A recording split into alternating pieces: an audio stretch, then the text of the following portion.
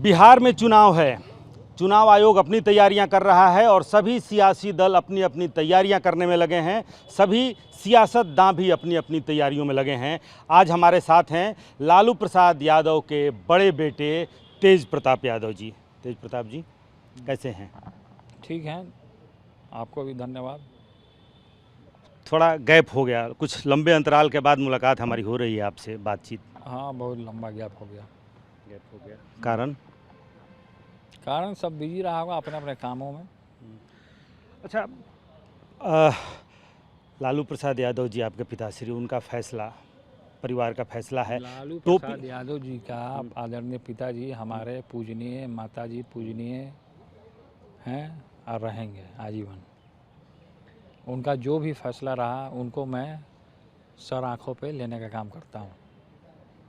लालू प्रसाद यादव जी आपके दिल से नहीं निकले, पार्टी आपके सर से नहीं उतरी। नहीं, तो हमारा नेचर जो इन्वायरमेंट है उसका कलर है। पार्टी छोड़ दीजिए, पार्टी अलग चीज़ है। माता पिता बने रहना चाहिए, माता पिता को हमारी भी आयु लग जानी चाहिए। हाँ, नहीं, ये तो बहुत बहुत बड़ी सोच है। और क्या तैयारी आपकी क्या चल रही है? सब लोग देश जानना चाहता है तेज प्रताप यादव कर क्या रहे हैं। सियासतदान हैं, मंत्री रहे हैं और इतने किंग मेकर की भूमिका में रहना चाहते हैं। किंग मेकर की भूमिका में ये बैठते हैं।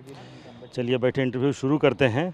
और किंग मेकर की भूमिका में आप पहले भी कहते रहे हैं तेज प्रताप जी कि मैं कृष्ण हूँ और तेजस्वी मेरा अर्जुन है। तो मैं तो ये तो हर एक जगह टीवी में, चैनल में या पब्लिक के बीच में या सभाओं में मैं शुरू से यही कहता रहा हूँ कि तेजस्वी जो हैं हमारे छोटे भाई, वो अर्जुन है।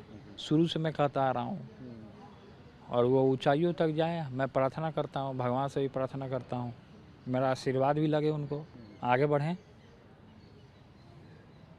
ये बड़े भाई का आशीर्वाद है या फिर एक नेता का आशीर्वाद है? नेता का भी आशीर्वाद है और बड़े भाई का भी आशीर्वाद है, दोनों का आशीर्वाद है। आपको लगता है कि इस चक्रव्यूह में, चूँकि चुनावी समर लोग कहते हैं, लड़ाई है, ये कुरुक्षेत्र है, महाभारत है, तो इस महाभारत में, सियासी महाभारत में अर्जुन कृष्ण के बगैर अधूरा तो नहीं है? कृष्ण हमेशा अपने अर्जुन पे, पांडवों पे दृष्टि रहती है। कृष्ण अगर द्वारिका में भी रहेंगे तो पांडवों पे दृष्टि रहती है, देखते रहेंगे कि कहाँ क्या चल रहा है। कोई भी दुश्मन आएंगे भिड़ने अर्जुन से तो कृष्ण का चक्र चलेगा। हम तो शुरू से कहते आ रहे हैं, कृष्ण को कोई अलग थोड़ी ही कर सकता है। कृष्ण को कोई अलग नहीं कर सकता। यदा यदा हि धर्मस्य ग्लानिर्भवति भारत अभ्युत्थानम धर्मस्य तदात्मानं सृजाम्यहम् परित्राणाय साधूनां विनाशाय च दुष्कृतां धर्म संस्थापनार्थाय संभवामि युगे। ये बताइए, धर्म पे या अत्याचार जब बढ़ता है पृथ्वी पे, तब भगवान श्री कृष्ण अवतार लेते हैं अलग अलग रूपों में। 10 अवतार में से कृष्ण का एक अवतार हुआ। द्वापर में कृष्ण हुए, त्रेता में राम हुए। तो द्वापर में कृष्ण की लीलाओं से पूरी पृथ्वी सब जानती है कि किस तरीके से राजनीति में भी उन्होंने राजनीति किया। तो कृष्ण का आशीर्वाद पांडवों पे, अर्जुन पे बना रहता है, चाहे वो कृष्ण कहीं भी रहें, तो बना हुआ है। तेजस्वी जाए, मुख्यमंत्री बने, आशीर्वाद है। हम कहाँ अपने बात से पीछे हट रहे हैं, लेकिन हमको जो अपना काम करना, हम अपना काम करेंगे। हम भी अपने काम से पीछे नहीं भागेंगे। अच्छा, आप अपने काम की बात करें, क्या है ये टीम तेज प्रताप? क्या है ये? बहुत चर्चा है टीम तेज प्रताप। टीम तेज प्रताप यादव सोशल प्लेटफॉर्म के ज़रिए जुड़ने का एक नौजवानों को एक माध्यम है, जिसके थ्रू हमारी दिनचर्या की एक्टिविटी, चाहे जनता दरबार हो या पॉलिटिकल हमारा कार्यक्रम लगे, या अभी हमारा एक कार्यक्रम लगने जा रहा है हसनपुर में। हसनपुर में 11 तारीख को सावन भी आ रहा है। तो सावन का जो पहला सोमवार होगा 11 तारीख को हमारा हसनपुर में प्रोग्राम लगेगा। अभी माननीय विधायक हैं हम वहाँ के, तो वहाँ की महान जनता ने प्रोग्राम लगाने का काम किया। बोला कि आपको सर आना है जनता के बीच में।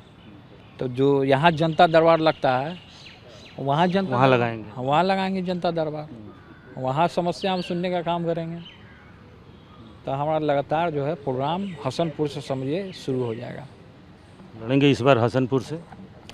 लड़ना ना लड़ना का अभी सवाल नहीं है, अभी सवाल है जनता के अपने मालिकों के बीच में जाने का।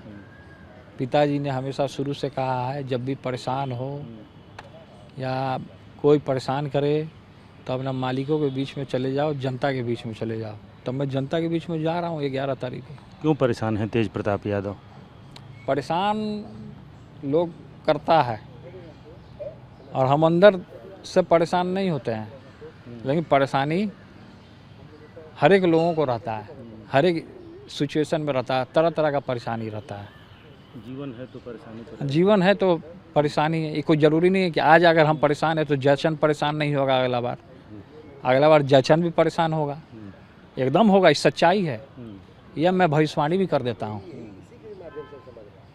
कब कहाँ उतार चढ़ाव हो जाए कि जो पृथ्वी है ये रिसाइकल घूमते रहती है।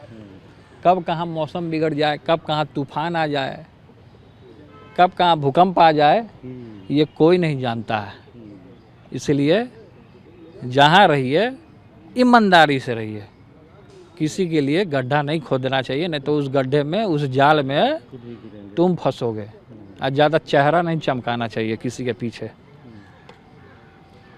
तो तेज प्रताप यादव जी, आपने एक मैसेज दे दिया और अपनी तैयारियों के बारे में कि पिताजी की जो सीख है उसको लेकर आप आगे बढ़ रहे हैं कि पिताजी का जो सामाजिक न्याय है, धरातल पर जमीन से जुड़ा हुआ मसला को, उसको उठाने का काम करना है। अब बिहार में देख लीजिए रोजगार की कमी हो रही है पूरे तरीके से, आए दिन अपराध बढ़ रहे हैं पूरे तरीके से। तो इन चीज़ों पे फोकस करते हुए आगामी जो चुनाव होने वाली है उसको फाइट करके आदमी सरकार बना के तेजस्वी जी मुख्यमंत्री बने, नए तरीके से नौजवानों के लिए रोजगार, शिक्षा, अस्पताल, सड़क, गली नली सब बने, सब व्यवस्था हो। पहले फोकस रहेगा कि नौजवानों को रोजगार, यहाँ का इंफ्रास्ट्रक्चर सुधारना, फैक्ट्री लगवाना, सारा चीज़। आपकी भूमिका क्या होगी? सरकार बनती है जो आप कह रहे हैं, मुख्यमंत्री छोटे भाई बनेंगे, बड़े भाई। हमारी भूमिका थी कृष्ण के रूप में, आज भी कृष्ण के रूप में रहेगी। पहले तो कृष्ण साथ थे, स्वास्थ्य मंत्री रहे, आप जो सर पे हरियाली दिख रही है उस हरियाली विभाग के भी आप मंत्री रहे। हाँ, देखिए वो बात की बात है, क्या बनना है नहीं बनना है वो तो बात की बात है। फिलहाल तो हम फोकस करेंगे कैसे सरकारवा आए। सरकारवा नहीं रहेगा, बनवे नहीं करेगा तो सब धरा का धरा रह जाएगा, कोई आपको नहीं पूछेगा।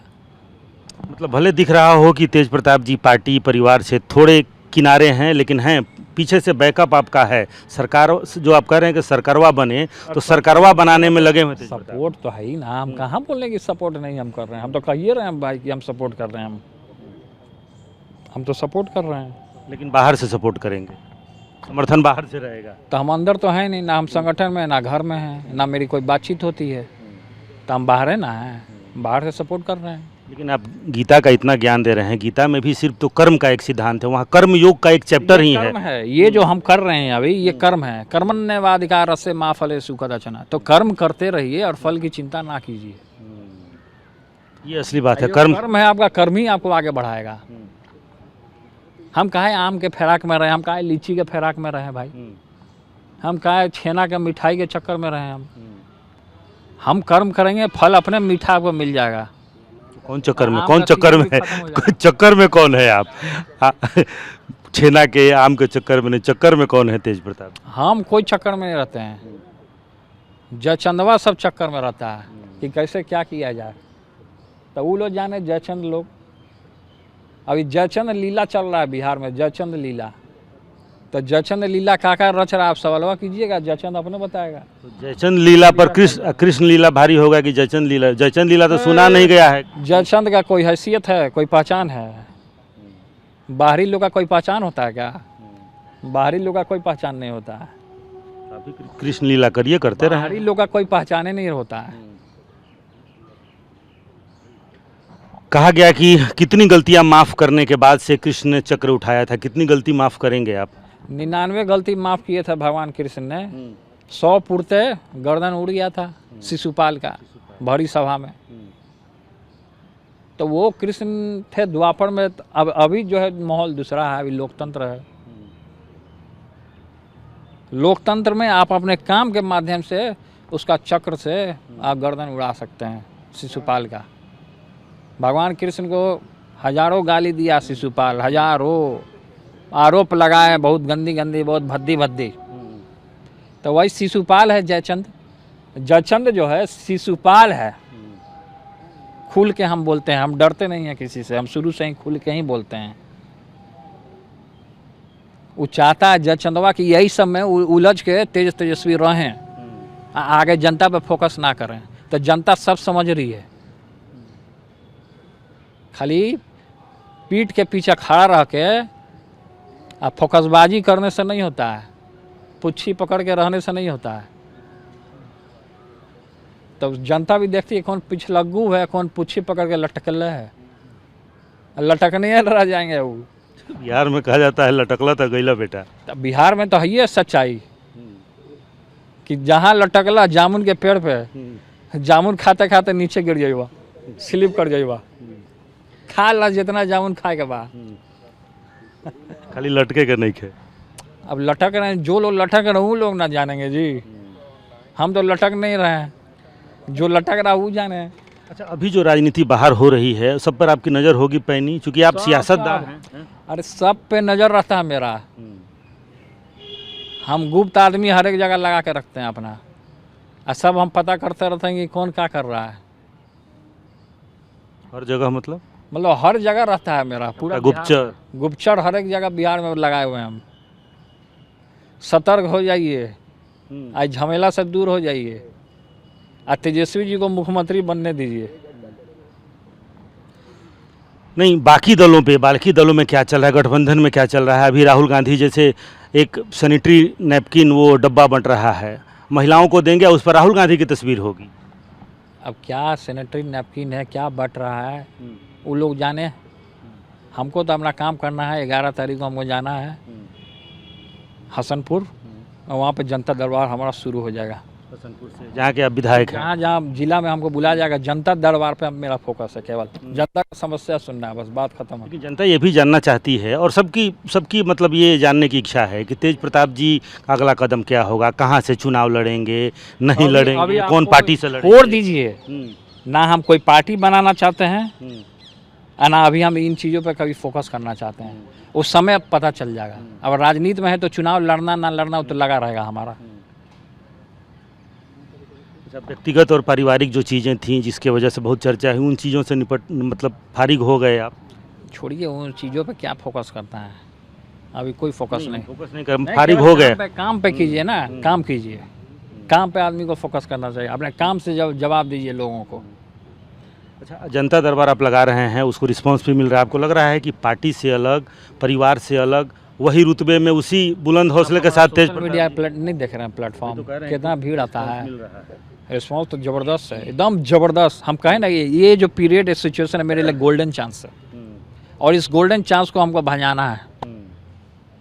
गोल्डन चांस को हमको कैसे यूटिलाइज करना है, पब्लिक में के बीच में जाकर, अपने मालिकों के बीच में जाकर के ये चीज़ यूटिलाइज करना है ज़्यादा से ज़्यादा। अभी देखिए ना, भीड़ आता है पूरा, हर एक अलग अलग तरीके का समस्या सब लेकर के आता है, बहुत तरीके की समस्या, लड़ाई झगड़ा, एजुकेशन से लेकर के, हेल्थ से लेकर के, ज़मीन ज़्यादा, बहुत तरीके की समस्या जो एक जनता दरबार में जनता का समस्या होता है, आम जनता का, आम जनमानस का। उस समस्या को जहाँ तक हमको निपटारा करना होता है हम कर देते हैं, एकदम करते हैं, दिल खोल कर करते हैं, और करना भी चाहिए। हर एक नेता का सबसे पहले प्रायोरिटी यही होना चाहिए कि जनता का समस्या का ज़्यादा से ज़्यादा निपटारा कर सके।